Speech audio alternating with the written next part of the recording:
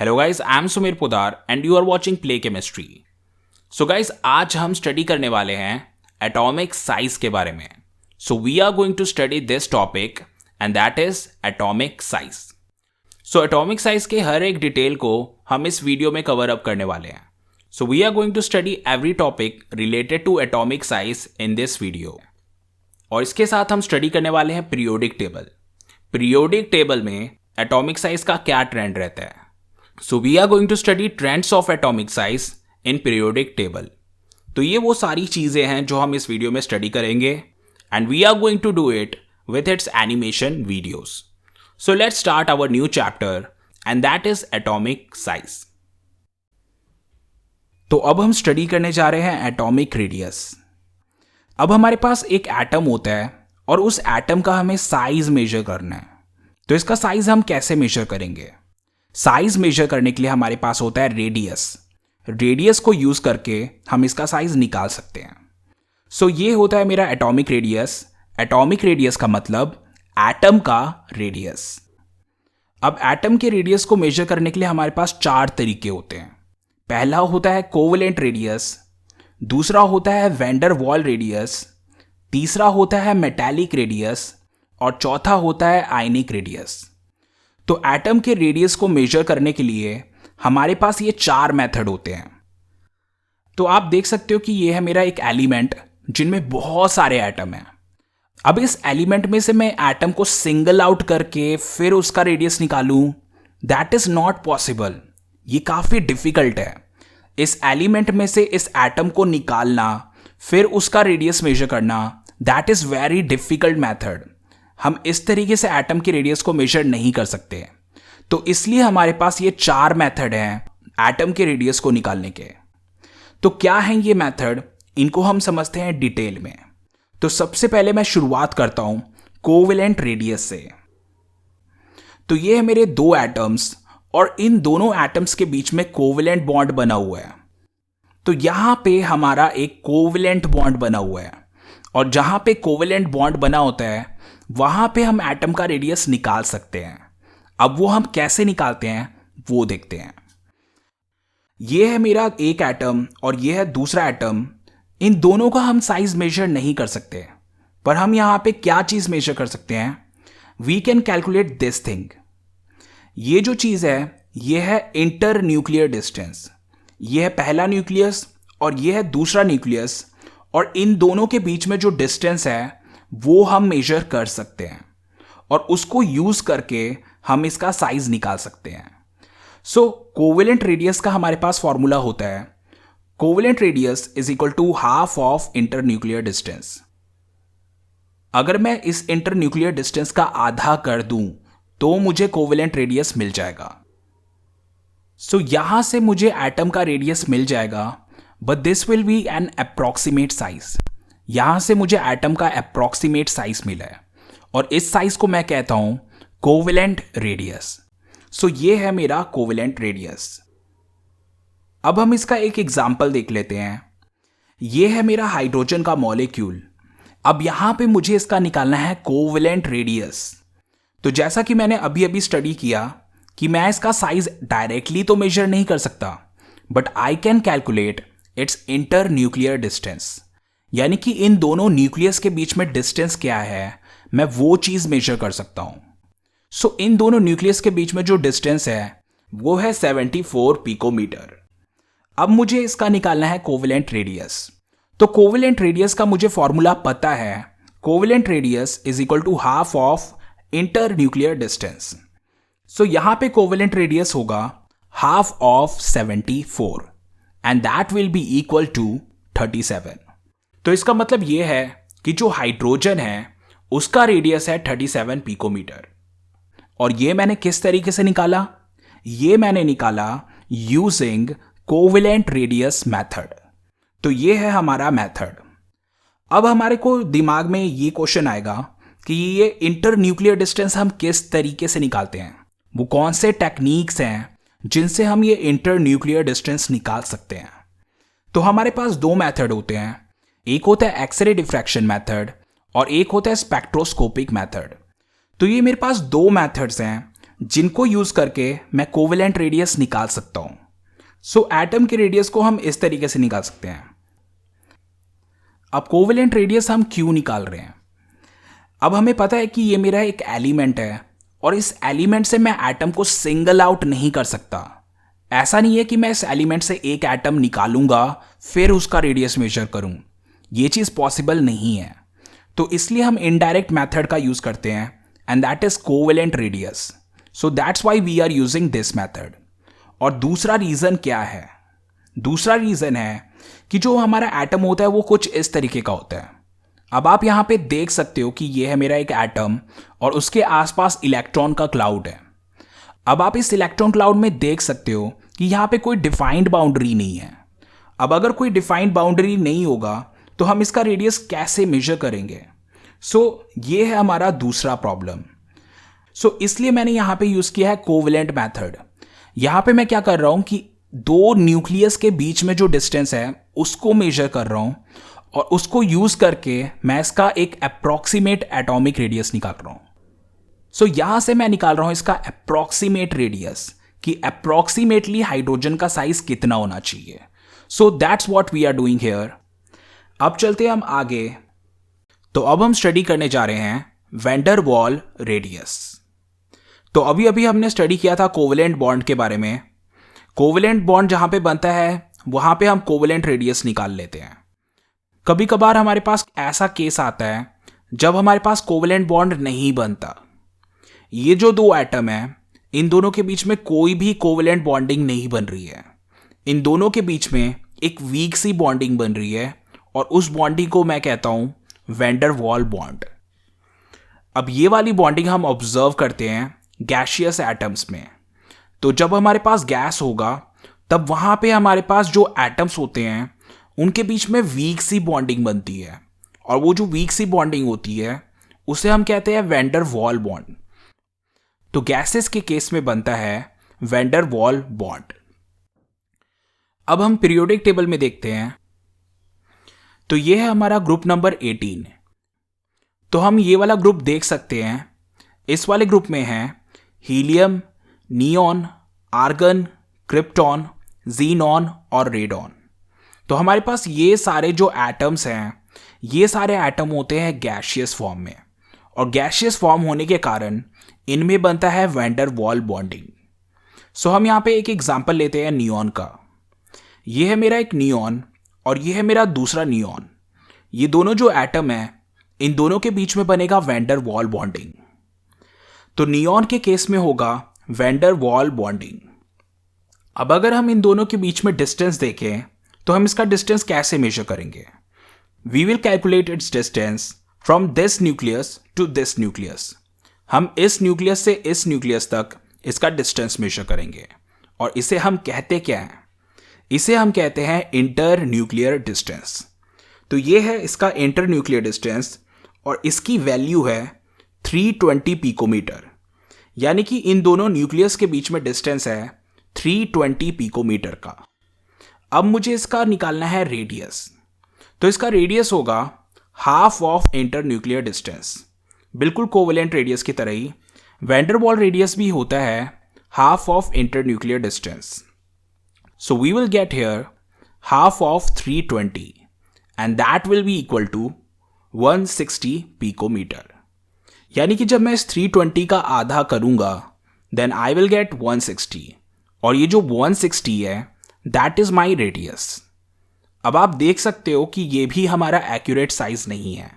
इसका actual size कम है but I am getting here 160 picometer which is more than its actual size। तो ये है डिसएडवांटेज वैन वाल रेडियस का। वैन वाल रेडियस में हमें अप्रॉक्सीमेट साइज मिलता है पर फिर भी हम इसे यूज करते हैं। अब इसका रीजन ये है कि ये गैसियस स्टेट में है और इसका हम साइज मेजर नहीं कर सकते। तो इसलिए हमने ये एक इनडायरेक्ट मेथड निकाला है जिससे हम इसका एक अप्रॉक्सीमेट साइज एस्टिमेट निकाल सकें। तो इसका जो अप्रॉक्सीमेटली साइज है वो है 160 picometre. So that is the size of neon. अब हमारा नेक्स्ट है मेटालिक रेडियस। तो ये है मेरे दो एटम्स जो बिल्कुल हेड ऑन हेड जुड़े हुए हैं। तो जो ऐसा स्ट्रक्चर होता है उसे हम कहते हैं क्लोज्ड पैक्ड स्ट्रक्चर। यानी कि जो हमारा मेटल है उसमें हमें मिलेगा क्लोज्ड पैक स्ट्रक्चर। अब यहाँ पे हमें पता है कि हमें इसका साइज मेजर करना है, तो साइज मेजर करने के लिए हम दोबारा यहाँ पे यूज करेंगे इंटर न्यूक्लियर डिस्टेंस, यानी कि इस न्यूक्लियस से लेके इस न्यूक्लियस तक का हम डिस्टेंस मेजर करेंगे और उस डिस्टेंस को हम कहेंगे इंटर न्यूक्लियर डिस्टेंस। अब हमें पता है कि मुझे निकालना है इस एटम का रेडियस, तो इसके एटम के रेडियस का निकालने का तरीका क्या होगा? This radius will be equal to half of inter nuclear distance. This radius will be equal to half of inter nuclear distance. जब मैं इस इंटर न्यूक्लियर डिस्टेंस का आधा करूंगा तो मुझे मिल जाएगा इसका रेडियस। अब यहां पे आप देख सकते हो कि यहां पे हमें इसका रेडियस मिल चुका है और यहां पे यानी कि हमें इसका साइज मिल चुका है। And you can observe that कि ये बिल्कुल ही एक्यूरेट साइज दे रहा है। यहां पे इस रेडियस से हमें इसका एक्यूरेट साइज मिल रहा है। We are getting accurate size here. ना यहां पे हमें ज़्यादा साइज मिल रहा है और ना ही यहां पे हमें कम साइज मिल रहा है, यहां पे हमें मिल रहा है एक्यूरेट साइज। अब हम इसका एक एग्जाम्पल देख लेते हैं। So we are taking example of copper. तो ये है दो कॉपर के एटम और ये दोनों बिल्कुल ही एक दूसरे के साथ जुड़े हुए हैं। अब इन दोनों एटम्स के बीच में जब हम डिस्टेंस निकालेंगे then we will get 256 picometre, यानी कि इन दोनों के न्यूक्लियस के बीच में डिस्टेंस है 256 पिकोमीटर। अब मैं निकालना चाहता हूं यहां से कॉपर का रेडियस। तो कॉपर का रेडियस निकालने के लिए मुझे इस इंटर न्यूक्लियर डिस्टेंस का आधा करना होगा। अब यहां पे हम डाल लेते हैं इसका inter nuclear distance. So we will get half of 256 picometre. So यहां पे हमें मिलेगा हाफ of 256 picometre and that will be equal to 128 picometre. तो यहां से मुझे मिल गया है इसका metallic radius and that is equal to 128 picometre. तो अब हम इसे थोड़ा और डिटेल में देखते हैं। ये है हमारा मेटल का स्ट्रक्चर। यहां पे ये मेटल के एटम्स प्रेजेंट हैं और इसके जो वेकेंट स्पेस है वहां से इलेक्ट्रॉन मूव करते हैं। सो यू कैन सी कि ये जो वेकेंट स्पेसेस हैं वहां पे इलेक्ट्रॉन मूव करते रहते हैं। तो ये होता है हमारा मेटल का स्ट्रक्चर और इसे हम कहते हैं इलेक्ट्रॉन सी मॉडल। अब यहां पे जो मैंने मेटल्स बनाए हैं वो एक क्रिस्टल लैटिस में अरेंज्ड हैं, वो एक बिल्कुल ही फिक्स्ड पैटर्न में अरेंज्ड हैं। सो this is the structure of metal.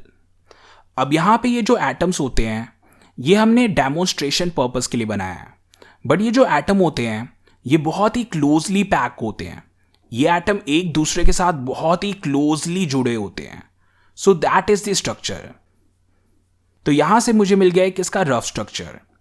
तो हम इसका रफ स्ट्रक्चर देख सकते हैं कि यहां पे दो एटम हेड ऑन हेड जुड़े हुए हैं and this is the structure of metal. तो ये होता है हमारा मेटल का स्ट्रक्चर। सो ये था मेरा मेटल और ये था इसका रेडियस। सो इसे मैं कहता हूं metallic radius. So this is also done. अब चलता हूं मैं आगे। अब हम दोबारा देखते हैं हमारा वैन डर वाल बॉन्ड, मेटालिक बॉन्ड और covalent bond. So let's say कि हमारे पास सेम ही एटम है और उसका हम अलग अलग तरीके से रेडियस मेजर कर रहे हैं। पहले हमने वैन डर वाल रेडियस से मेजर किया, फिर उसके बाद हमने इसका मेटालिक रेडियस मेजर किया और फिर उसके बाद हमने इसका कोवेलेंट रेडियस मेजर किया। तो तीनों मेथड से जब मैंने इसका रेडियस मेजर किया तो मैंने ये चीज़ नोटिस की कि जो वैन डर वाल रेडियस है that is more than metallic radius और जो मेटालिक रेडियस है that is more than its covalent radius. So अगर हम सेम ही एटम का साइज मेजर करें तीन अलग अलग मेथड से then we are getting different size. अब चलता हूं मैं अपने नेक्स्ट टॉपिक पे and that is ionic radius. तो ये है Na पॉजिटिव और एक है Cl नेगेटिव। पहला है मेरा कैटायन और दूसरा है मेरा एनायन।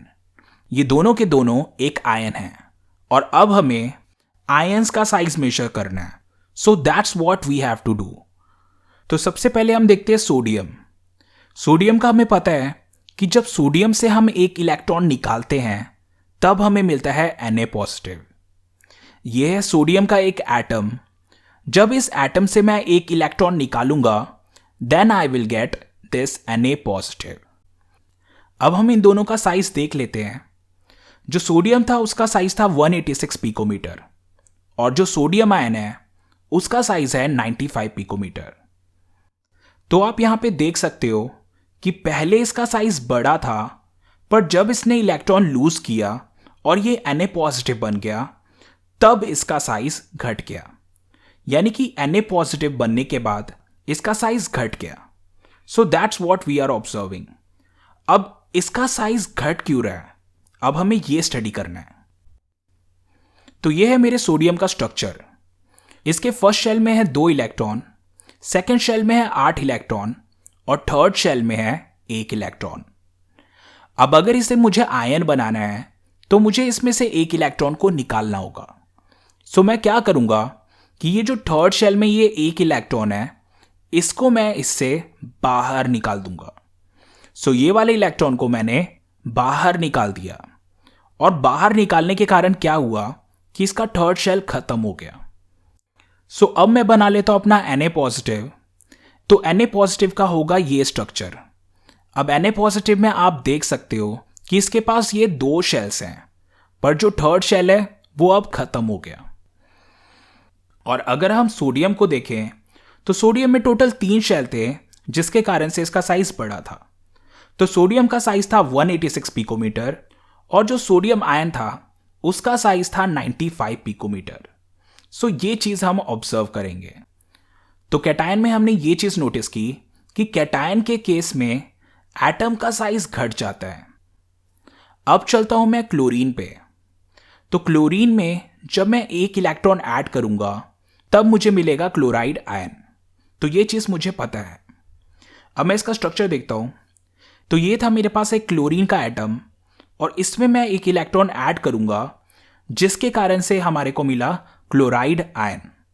अब आप ये क्लोराइड आयन देख सकते हो कि इसका साइज क्लोरीन से बड़ा है। क्लोरीन छोटा था, पर ये जो क्लोराइड है वो बड़ा है। क्लोरीन का साइज था 99 पिकोमीटर और ये जो क्लोराइड आयन है उसका साइज होगा 181 पिकोमीटर। सो इसका रीजन क्या है, अब हम ये समझते हैं। तो क्लोरीन में आप देख सकते हो कि इसमें होते हैं 17 इलेक्ट्रॉन। तो इसके फर्स्ट शेल में है 2 इलेक्ट्रॉन, सेकेंड शेल में है 8 इलेक्ट्रॉन और थर्ड शेल में है 7 इलेक्ट्रॉन। अब इस क्लोरीन में जब मैं 1 इलेक्ट्रॉन ऐड करूंगा तब मुझे मिलेगा ये क्लोराइड आयन। यानी कि इस क्लोरीन में जब मैं 1 इलेक्ट्रॉन और ऐड करूंगा तब जाके ये क्लोराइड बनेगा। सो ये बन गया है मेरा क्लोराइड। और इसमें आप देख सकते हो कि यहां पे मैंने 1 इलेक्ट्रॉन और ऐड कर दिया।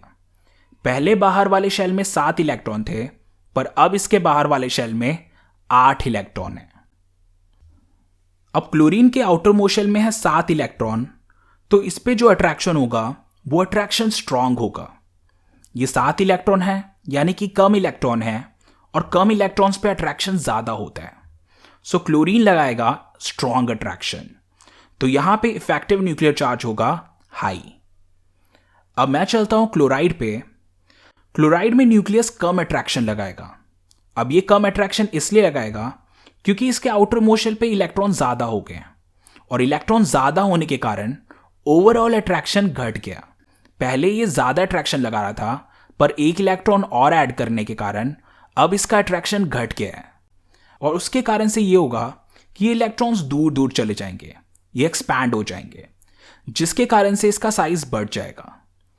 तो क्लोराइड में क्योंकि वीक अट्रैक्शन था, तो वीक अट्रैक्शन होने के कारण इसका साइज बढ़ गया। तो ये था मेरा आयनिक रेडियस। अब हम देखते हैं अपना एक केस। ये है मेरा सोडियम एटम और ये है मेरा क्लोरीन एटम। अब इस सोडियम और क्लोरीन का मुझे बॉन्डिंग कराना है। तो बॉन्डिंग हम कैसे कराएंगे? ये जो सोडियम है, सोडियम में से 1 इलेक्ट्रॉन निकलेगा और वो इलेक्ट्रॉन इस क्लोरीन में चले जाएगा। तो क्लोरीन पे जब 1 इलेक्ट्रॉन एक्स्ट्रा ऐड हुआ तो ये बन जाएगा क्लोराइड आयन। इस पे आ जाएगा नेगेटिव चार्ज और ये बन जाएगा Cl नेगेटिव, यानी कि हमारा क्लोराइड आयन। और सोडियम ने क्योंकि 1 इलेक्ट्रॉन लूज किया है, तो इलेक्ट्रॉन लूज करने के कारण इस पे आ जाएगा पॉजिटिव चार्ज। इलेक्ट्रॉन होता है नेगेटिव और नेगेटिव को इसने लूज किया है तो ये खुद पॉजिटिव हो गया। So we are getting Na positive here. अब ये Na पॉजिटिव है पॉजिटिवली चार्ज्ड और ये Cl नेगेटिव है नेगेटिवली चार्ज्ड, और हमें पता है कि पॉजिटिव और नेगेटिव के बीच में अट्रैक्शन होता है।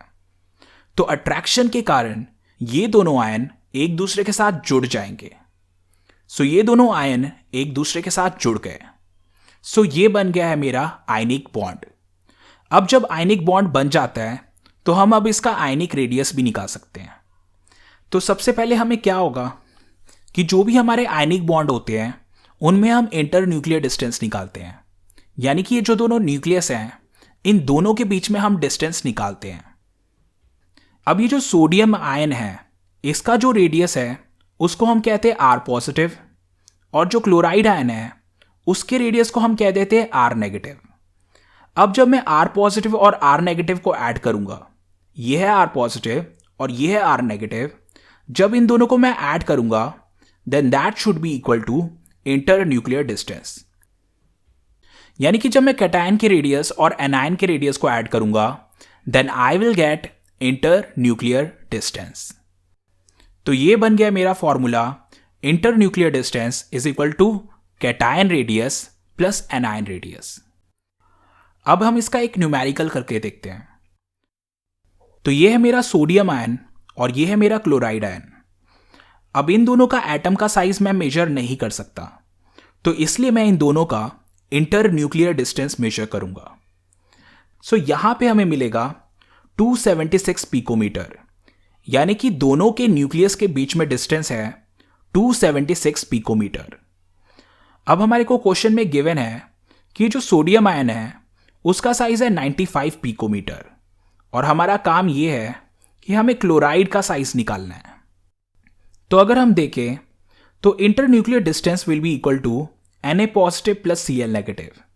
इसका मतलब यह है कि जो मेरा इंटर न्यूक्लियर डिस्टेंस है that is equal to radius of sodium ion plus radius of chloride ion. ये आप डायग्राम में देख सकते हो कि जब मैं सोडियम आयन के रेडियस को और जब मैं क्लोराइड आयन के रेडियस को ऐड करूंगा तब जाके मुझे मिलेगा inter nuclear distance. So my inter nuclear distance is Na positive plus Cl negative. अब इंटर न्यूक्लियर डिस्टेंस तो मुझे पता है एंड दैट इज 276, और सोडियम का भी हमें गिवन है एंड दैट इज 95। अब हमारा काम यह है कि हमें क्लोराइड का साइज निकालना है। सो क्लोराइड विल बी 276 माइनस 95। तो इन दोनों को माइनस करने पे हमें मिलेगा 181 पिकोमीटर। सो क्लोराइड का साइज होगा 181 पिकोमीटर। तो इस तरीके से हम आयनिक रेडियस निकालते हैं। सो अब हम स्टडी करने जा रहे हैं फैक्टर्स अफेक्टिंग एटॉमिक रेडियस। तो एटॉमिक रेडियस को कौन कौन से फैक्टर्स अफेक्ट करते हैं, we are going to study that. तो एटॉमिक रेडियस को 3 फैक्टर्स अफेक्ट करते हैं। So first factor is number of shell, and second factor is nuclear charge, and third factor is shielding effect. तो सबसे पहले मैं स्टडी करता हूं नंबर ऑफ शेल। अब हम ये देखते हैं कि number of shell atomic size को कैसे अफेक्ट करता है। तो सबसे पहले मैं स्टडी करता हूं नंबर ऑफ शेल। अब हमारे पास 2 एटम है, एक में मेरे पास है 2 शेल और दूसरे में मेरे पास है 3 शेल। तो अगर हम साइज को देखें तो हम क्या नोटिस कर सकते हैं, जिसमें 3 शेल है उसका साइज बड़ा है। So that is very obvious कि जिसमें 3 शेल होंगे उसका साइज बड़ा होगा। So that's what we observe. पहले वाले केस में कम शेल थे, यहां पे सिर्फ 2 शेल थे, तो इसके कारण से इसका एटॉमिक साइज कम था। और दूसरे वाले केस में हमारे पास 3 शेल थे और 3 शेल होने के कारण इसका साइज भी बड़ा है। सो यहां से हम क्या कंक्लूजन निकाल रहे हैं, यहां से हम कंक्लूजन निकाल रहे हैं कि atomic size is proportional to number of shell, यानी कि जितने ज्यादा शेल होंगे उतना ही ज्यादा एटॉमिक साइज होगा। सो नथिंग कॉम्प्लिकेटेड हियर, जितने ज्यादा शेल होंगे उतना ही ज्यादा एटॉमिक साइज होगा। So this is our first point. तो हमने ये देख लिया कि नंबर ऑफ शेल कैसे अफेक्ट करता है। अब हम देखते हैं न्यूक्लियर चार्ज। अब हम ये स्टडी करते हैं कि न्यूक्लियर चार्ज एटम के साइज को कैसे अफेक्ट करता है। So we are going to study about nuclear charge now. तो अब हम चलते अपने दूसरे फैक्टर पे and that is nuclear charge. तो मेरे पास ये 3 एटम्स हैं। ये तीनों एटम बिल्कुल एक जैसे ही दिख रहे हैं, पर इनमें डिफरेंस ये है कि इन तीनों का न्यूक्लियर चार्ज डिफरेंट है। पहले का न्यूक्लियर चार्ज है +3, दूसरे का न्यूक्लियर चार्ज है +4 और तीसरे का न्यूक्लियर चार्ज है +5। यानी कि तीनों का न्यूक्लियर चार्ज डिफरेंट है। अब ये न्यूक्लियर चार्ज होता क्या है? न्यूक्लियर चार्ज होता है न्यूक्लियस का चार्ज। हमारा जो न्यूक्लियस होता है उस पे पॉजिटिव चार्ज होता है और पॉजिटिव चार्ज होने के कारण इसमें अट्रैक्शन की पावर होती है। तो पहले एटम में है +3 का चार्ज, दूसरे एटम में है +4 का चार्ज और तीसरे एटम में है +5 का चार्ज। तो तीनों में अलग अलग चार्ज है। तो अब हम +5 वाले को देखते हैं जिसमें +5 चार्ज है। तो जो +5 वाला है उसका न्यूक्लियर चार्ज बहुत ज्यादा है, जिसके कारण से अट्रैक्शन बहुत ज्यादा बढ़ जाएगा और ज्यादा अट्रैक्शन होने के कारण वो इलेक्ट्रॉन को अपनी ओर अट्रैक्ट करेगा, जिसके कारण से ये जो शेल्स हैं वो क्लोज आ जाएंगे और क्लोज आने के कारण इसका साइज घट जाएगा। सो जो +5 वाला है उसमें था मैक्सिमम चार्ज और मैक्सिमम चार्ज होने के कारण इसमें था मैक्सिमम अट्रैक्शन और अट्रैक्शन होने के कारण इसका साइज घट गया। अब चलते हम +3 वाले में। तो +3 वाले में है कम अट्रैक्शन और कम अट्रैक्शन होने के कारण ये इलेक्ट्रॉन को स्ट्रांगली होल्ड नहीं कर पाएगा। सो इस वाले में होगा कम अट्रैक्शन और कम अट्रैक्शन होने के कारण इलेक्ट्रॉन्स दूर दूर चले जाएंगे। सो यू कैन सी कि ये जो शेल्स हैं वो दूर दूर चले गए और दूर दूर जाने के कारण इसका साइज बढ़ गया। तो जो +3 वाला है वो है सबसे बड़ा एटम और जो +5 वाला है वो है सबसे छोटा एटम। तो यहां से हम क्या ऑब्जर्व कर रहे हैं? यहां से हम ये ऑब्जर्व कर रहे हैं कि जो एटॉमिक साइज है that is inversely proportional to nuclear charge. यानी कि जितना ज्यादा न्यूक्लियर चार्ज होगा उतना ही कम एटॉमिक साइज होगा। सो दैट्स वाई जो +5 वाला है वो है सबसे छोटा एटम और +4 वाला है उससे बड़ा एटम और जो +3 वाला है वो है सबसे बड़ा atom. So that's what we are observing. तो अब हम स्टडी करते हैं शील्डिंग इफेक्ट के बारे में। अब हम ये स्टडी करते हैं कि शील्डिंग इफेक्ट एटम के साइज को कैसे अफेक्ट करता है। So that's what we are going to study. So let's do it. अब मैं चलता हूं अपने तीसरे पॉइंट पे and that is shielding effect. तो हमने क्या देखा था कि जो न्यूक्लियस होता है उसमें अट्रैक्शन की पावर होती है और अट्रैक्शन के कारण वो इलेक्ट्रॉन्स को होल्ड करके रखता है। अब मैं यहां पे आउटर मोस्ट शेल वाला ये एक इलेक्ट्रॉन देखता हूं। ये जो आउटर मोस्ट शेल में जो इलेक्ट्रॉन है वो है नेगेटिवली चार्ज और ये जो न्यूक्लियस है ये है पॉजिटिवली चार्ज। दोनों के बीच में अट्रैक्शन होगा और अट्रैक्शन होने की वजह से ये वाला इलेक्ट्रॉन क्लोज आना चाहेगा। अब दोनों के बीच में जब अट्रैक्शन होगा तो ये वाला इलेक्ट्रॉन क्लोज आने की कोशिश करेगा। अब देखते हैं हम इनर शेल। यहां पे इनर शेल में भी इलेक्ट्रॉन्स हैं और ये जो इलेक्ट्रॉन्स हैं ये भी नेगेटिवली चार्ज्ड हैं। ये सारे इलेक्ट्रॉन्स नेगेटिवली चार्ज्ड हैं और हमें पता है कि ये जो बाहर वाला इलेक्ट्रॉन है वो भी नेगेटिवली चार्ज्ड है। तो आप देख सकते हो कि ये है नेगेटिव, ये भी है नेगेटिव और ये भी है नेगेटिव। तो हमें पता है कि नेगेटिव और नेगेटिव के बीच में रिपल्जन होता है। तो वैसे तो इस इलेक्ट्रॉन पे अट्रैक्शन होगा, इस वाले इलेक्ट्रॉन पे अट्रैक्शन होगा, पर ये वाले जो इलेक्ट्रॉन्स हैं they will exert repulsion force. ये जो नेगेटिव इलेक्ट्रॉन है they will exert repulsion force और रिपल्जन की वजह से ये वाला इलेक्ट्रॉन दूर जाएगा। सो ये जो इनर शेल वाले इलेक्ट्रॉन्स हैं उन्हें हम कहते हैं शील्डिंग इलेक्ट्रॉन। ये जो शील्डिंग इलेक्ट्रॉन है ये न्यूक्लियस को शील्ड कर रहे हैं और इनकी शील्डिंग की वजह से इस बाहर वाले इलेक्ट्रॉन पे अट्रैक्शन कम हो जाएगा। तो यहां से मैं ये कंक्लूजन निकाल रहा हूं कि जितना ज्यादा शील्डिंग इफेक्ट होगा उतना ही ज्यादा एटॉमिक साइज होगा। So that is the shielding effect. Shielding effect के कारण एटम का साइज बढ़ जाता है। So that's what we observe. अब चलते हैं हम इसके नेक्स्ट टॉपिक पे एंड दैट इज पीरियोडिसिटी। तो यहां पे हम स्टडी करना चाह रहे हैं पीरियोडिक टेबल, और पीरियोडिक टेबल में along the group and along the period इसके एटॉमिक साइज में क्या वेरिएशन आएगा।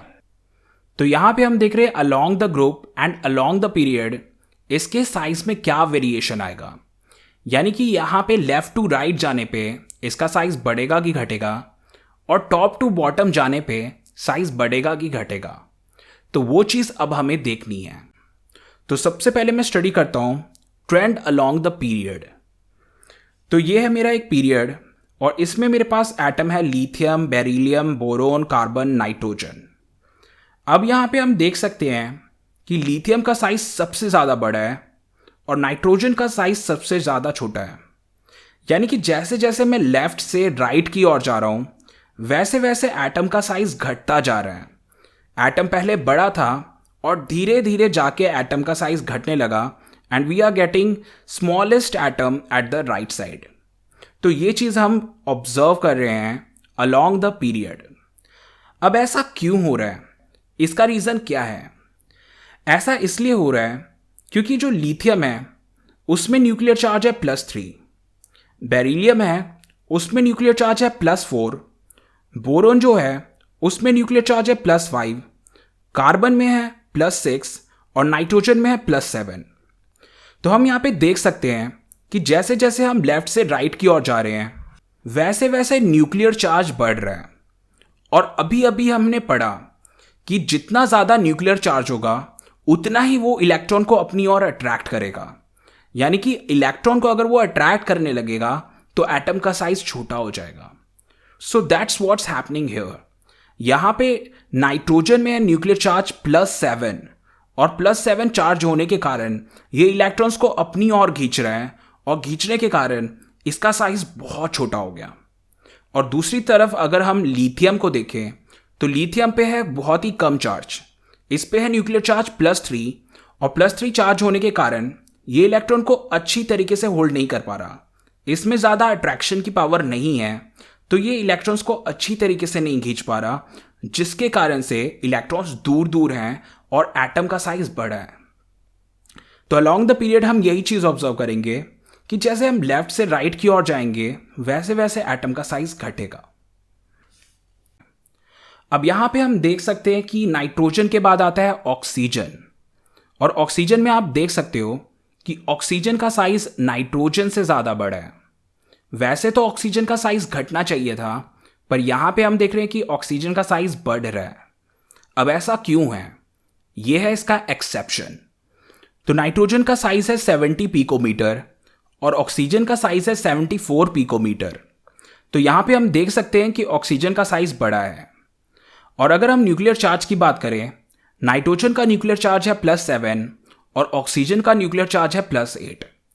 +8 होने का मतलब ये हुआ कि इसमें ज़्यादा अट्रैक्शन होगा और इसका साइज छोटा होना चाहिए। पर यहाँ पे हम देख सकते हैं कि ऑक्सीजन उल्टा ही शो कर रहा है, ऑक्सीजन का साइज बड़ा हो गया जबकि इसका साइज छोटा होना चाहिए था। तो इसका रीज़न हमें समझ आएगा इसका इलेक्ट्रॉनिक कॉन्फ़िगरेशन देख के। तो इसका रीज़न हमें समझ आएगा इसका इलेक्ट्रॉनिक कॉन्फ़िगरेशन देख के। तो यह है नाइट्रोजन का इलेक्ट्रॉनिक कॉन्फ़िगरेशन और यह है ऑक्सीजन का इलेक्ट्रॉनिक कॉन्फ़िगरेशन। तो नाइट्रोजन का इलेक्ट्रॉनिक कॉन्फ़िगरेशन में हम देख सकते हैं कि ये जो 2p वाला ऑर्बिटल है यह है कंप्लीटली हाफ फिल्ड। यहाँ पे तीनों के तीनों जो ऑर्बिटल्स हैं दे आर हाफ फिल्ड, और तीनों के तीनों ही हाफ फिल्ड हैं। और ये वाला जो कॉन्फ़िगरेशन होता है that is considered stable configuration, यानी कि ये वाला कॉन्फ़िगरेशन स्टेबल है। अब चलता हूं मैं ऑक्सीजन पे। यहां पे हम p ऑर्बिटल को अगर देखें तो यहां पे p ऑर्बिटल में यहां पे एक पेयर्ड इलेक्ट्रॉन है। ये वाला और ये वाला हाफ फिल्ड है, बट ये वाला पेयर्ड है। यहां पे जो 2px वाला पार्ट है that is fully filled, 2py वाला हाफ फिल्ड है, 2pz भी हाफ फिल्ड है। तो ये वाला जो कॉन्फ़िगरेशन होता है इसको हम स्टेबल नहीं मानते हैं, this is called unstable configuration. तो ऊपर वाला है स्टेबल कॉन्फ़िगरेशन और जो नीचे वाला है वो है अनस्टेबल कॉन्फ़िगरेशन। अब ये अनस्टेबल क्यों है? 2px में है 2 इलेक्ट्रॉन्स, और ये जो 2 इलेक्ट्रॉन्स हैं इन दोनों के बीच में रिपल्जन होता है। We observe inter electronic repulsions between electrons. Electrons के बीच में रिपल्जन होता है, जिसके कारण से ये अनस्टेबल हो जाता है। सो ये हो जाएगा अनस्टेबल। अब अनस्टेबल होने के कारण हमारे को यहां पे मिलेगा बिगर साइज। तो यहां पे इलेक्ट्रॉन्स के बीच में रिपल्जन होने के कारण यहां पे साइज बड़ा हो जाएगा। वैसे तो ऑक्सीजन का साइज छोटा होना चाहिए था, पर ऑक्सीजन में जो इलेक्ट्रॉन्स का रिपल्जन हुआ है उसके कारण से ऑक्सीजन का साइज बढ़ गया है। सो दैट्स वाई नाइट्रोजन का साइज है 70 पिकोमीटर और ऑक्सीजन का साइज है 74 पिकोमीटर। अब चलता हूं मैं आगे। तो यहां पे आप देख सकते हो कि यहां पे हमारे पास फ्लोरीन भी है और नियॉन भी है। तो जो फ्लोरीन है उसका साइज है 72 पिकोमीटर और जो नियॉन है उसका साइज है 160 पिकोमीटर। तो आप यहां पे देख सकते हो कि यहां पे भी क्या हो रहा है, लेफ्ट टू राइट जाने पे साइज बढ़ रहा है, जबकि होना क्या चाहिए था, साइज घटना चाहिए था। नियॉन का साइज छोटा होना चाहिए था, पर यहां पे नियॉन का साइज बड़ा है। So that is another exception. Neon is greater than fluorine और यह है हमारा एक्सेप्शन। तो फ्लोरीन और नियॉन का हम स्ट्रक्चर बनाते हैं। फ्लोरीन में होते हैं 9 इलेक्ट्रॉन और नियॉन में होते हैं 10 इलेक्ट्रॉन। तो फ्लोरीन का होगा ये स्ट्रक्चर और नियॉन का होगा ये स्ट्रक्चर। तो यहां पे हम क्या देख रहे हैं, यहां पे हम देख रहे हैं कि जो फ्लोरीन है उसके आउटर मोस्ट शेल में है 7 इलेक्ट्रॉन और ये जो 7 इलेक्ट्रॉन है ये एक दूसरे से दूर है।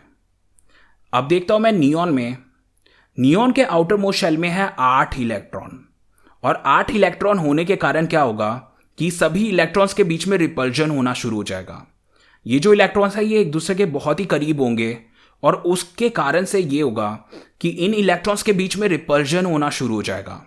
So we will observe mutual repulsion और उस रिपल्जन की वजह से क्या होगा कि नियॉन का साइज बढ़ जाएगा। सो इसका साइज इंक्रीज हो जाएगा। तो इसके कारण से नियॉन का साइज फ्लोरीन के साइज से ज्यादा होगा। अब चलता हूं मैं दूसरे रीजन पे। फ्लोरीन में मैं जो साइज मेजर करता हूं that is covalent radius. Fluorine में मैं कोवेलेंट रेडियस मेजर करता हूं। फ्लोरीन कोवेलेंट बॉन्ड बनाता है, तो इसमें मैं कोवेलेंट बॉन्ड को यूज करके इसका कोवेलेंट रेडियस निकाल सकता हूं। सो ये है यहां पे एडवांटेज। पर अगर हम नियॉन की बात करें तो नियॉन में हमारे पास एटम्स होते हैं और ये जो एटम्स होते हैं they are in gaseous form. ये सारे जो एटम्स हैं they are in gaseous form और वो रैंडमली इधर उधर मूव करते रहते हैं। तो यहां पे कोई कोवेलेंट बॉन्ड नहीं बन रहा, तो यहां पे हम कोवेलेंट रेडियस मेजर नहीं कर सकते। यहां पे हम कोवेलेंट रेडियस को मेजर नहीं करेंगे। यहां पे हम मेजर करेंगे वैन डर वाल रेडियस। ये है गैसियस स्टेट में और गैसियस स्टेट में होने के कारण इसमें मैं मेजर करूंगा वैन डर वाल रेडियस। तो नियॉन में मैं यूज करूंगा वैन डर वाल रेडियस। तो फ्लोरीन का साइज है 72 पिकोमीटर और नियॉन का साइज है 160 पिकोमीटर। तो फ्लोरीन के केस में मैं जो साइज मेजर कर रहा हूं दैट इज कोवेलेंट रेडियस और नियॉन के केस में मैं जो साइज मेजर कर रहा हूं that is van der Waals radius. तो यहां पे दोनों में डिफरेंस है। So that's why neon is bigger than fluorine. और हमें पता है कि हम फ्लोरीन में भी van der Waals radius major कर सकते हैं। तो अगर मैं फ्लोरीन में van der Waals radius major करूं तो मुझे मिलेगा 135 पिकोमीटर। तो अभी भी आप देख सकते हो कि फ्लोरीन का साइज छोटा है और नियॉन का साइज बड़ा है। अब उसका रीजन ये है कि इसमें जो इलेक्ट्रॉन्स है उनके बीच में रिपल्जन होता है और उस रिपल्जन की वजह से नियॉन का साइज बड़ा हो जाता है। तो चाहे इसका कोवेलेंट साइज देख लो या इसका वैन डर वाल साइज देख लो, neon will be greater than fluorine. So that is our conclusion. तो हमने ये देख लिया कि अलोंग द पीरियड साइज में क्या वेरिएशन आएगा। तो अब मैंने ये देख लिया कि अलोंग द पीरियड साइज में क्या वेरिएशन आएगा। अब मुझे ये देखना है कि अलोंग द ग्रुप क्या होगा। तो lithium, sodium, potassium, rubidium, caesium. तो ये है मेरा ग्रुप नंबर 1। ग्रुप नंबर 1 में मेरे पास होता है लिथियम, सोडियम, पोटेशियम, रुबीडियम और सीजियम। अब अगर मैं इनका डायग्राम बनाऊं तो लिथियम में होगा 2 शेल्स, सोडियम में होगा 3 शेल्स, पोटेशियम में होगा 4 शेल, रुबीडियम में होगा 5 शेल और सीजियम में होगा 6 शेल्स। तो ये हमें पता है कि जैसे जैसे हम नीचे की तरफ जाएंगे वैसे वैसे शेल्स बढ़ते जाते हैं, और शेल्स बढ़ने के कारण क्या होगा, इसका साइज बढ़ते रहेगा। तो इसलिए लिथियम में हमें मिलेगा स्मॉल एटॉमिक साइज और सीजियम का होगा सबसे ज्यादा एटॉमिक साइज। तो जैसे जैसे हम ऊपर से नीचे जा रहे हैं वैसे वैसे एटॉमिक साइज बढ़ रहा है। अब अगर हम इसके ग्राफ को देखें तो क्या हम ऑब्जर्व करेंगे, तो जैसा कि हमने डायग्राम में देखा कि लिथियम टू सीजियम साइज बढ़ना चाहिए, सो ग्राफ में भी हम यही ऑब्जर्व कर रहे हैं कि लिथियम टू सीजियम साइज बढ़ रहा है। So that is our conclusion कि अगर हम टॉप टू बॉटम जाएंगे तो एटॉमिक साइज बढ़ेगा। So that is our conclusion. So down the group atomic size बढ़ता है। So that is our conclusion. So guys, ये था हमारा एटॉमिक साइज पे वीडियो। तो इसमें हमने पढ़ा कि एटॉमिक साइज कैसे कैलकुलेट करते हैं, एटॉमिक साइज को कौन से फैक्टर्स अफेक्ट करते हैं, और साथ ही साथ हमने स्टडी किया कि पीरियोडिक टेबल में एटॉमिक साइज का क्या ट्रेंड रहता है। So we have studied trends along groups and period. So हमने एटॉमिक साइज के बारे में हर एक चीज स्टडी कर लिया है and there is nothing else left. So this video is done. So I am Sumir Podar and you are watching Play Chemistry, and I will meet you in the next video.